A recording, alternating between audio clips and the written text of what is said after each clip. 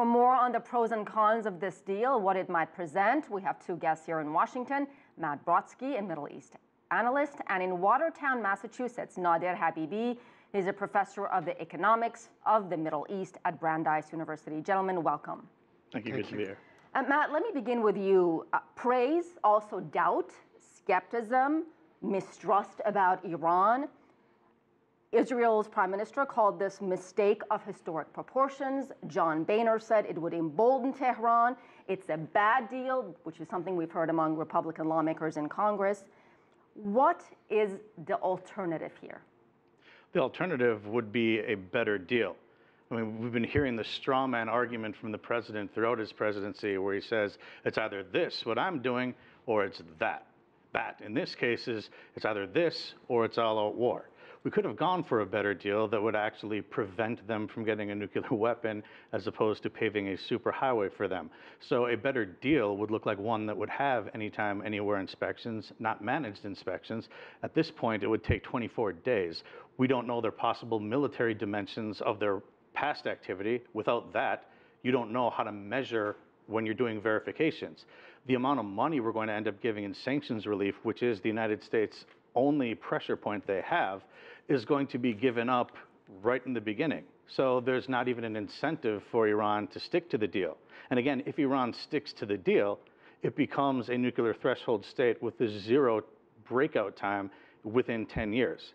Now, it's hard to explain if right now the reason that we're having a deal is because Iran's at a 3-month breakout time. Why are we going to then guarantee that they're going to have it in 10 years? It makes no sense. Let me turn to you, Nader. Yes. What are your thoughts? Any reaction to what Matt is saying? Was there a better deal that could have been negotiated?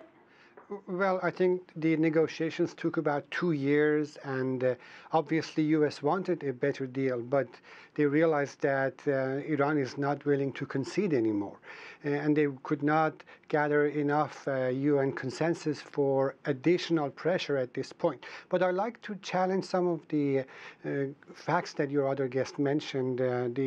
The text of the agreement is there, and you can see that on several points it's worth paying close attention. First of all, there would be a spontaneous instant inspection of atomic sites. It's only for other suspected sites that it takes the due process that is approximately between 14 to 24 days. On sanctions, the sanctions are not lifted immediately. They are lifted after the IAEA has verified that Iran is complying with the requirements. And also as far as the supply of the enriched uranium, it is being set back considerably.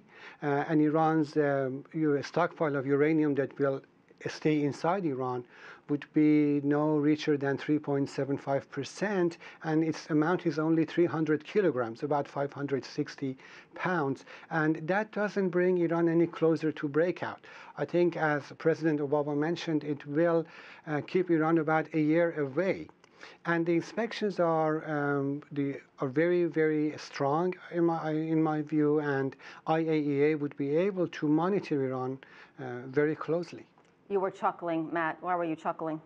It's the IAEA inspections, of course, when it comes to sites that the United States suspects. I mean, this is a regime now that has lied and hid their program to begin with. So there should be no trust to begin with. So there needs to be access, immediate access, anywhere that the United States wants. I mean, they're not dismantling any of their program. The program is going to remain in place, and the international community is actually going to be sponsoring the research and development of other centrifuges. I mean, this is a great. Okay, so Matt, let me ask you this question. If this is such a terrible deal and it's a mistake of historic proportions, as Prime Minister Netanyahu said, why would this administration, with the backing of world powers, take such a huge gamble in something that, according to you, is terrible?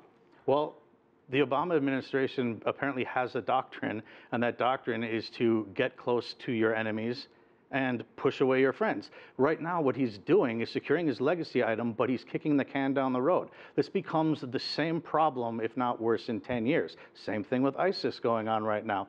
This isn't a real plan to deal with them, and this is going to be kicked over to the next president. He gets to put it off. Nader, what are your thoughts? Iran, in fact, would say they've been instrumental in fighting ISIS. Well, they say that, and they are fighting for their own reasons and for their own national interest. There is no doubt about that. But this agreement, I think, has some positive benefits. First of all, the alternative your guest mentioned would be a better deal, but another alternative could have been violence or military option that could have had significant adverse consequences for everyone involved in the region. And in my view, we should give this deal a chance to see how it works out.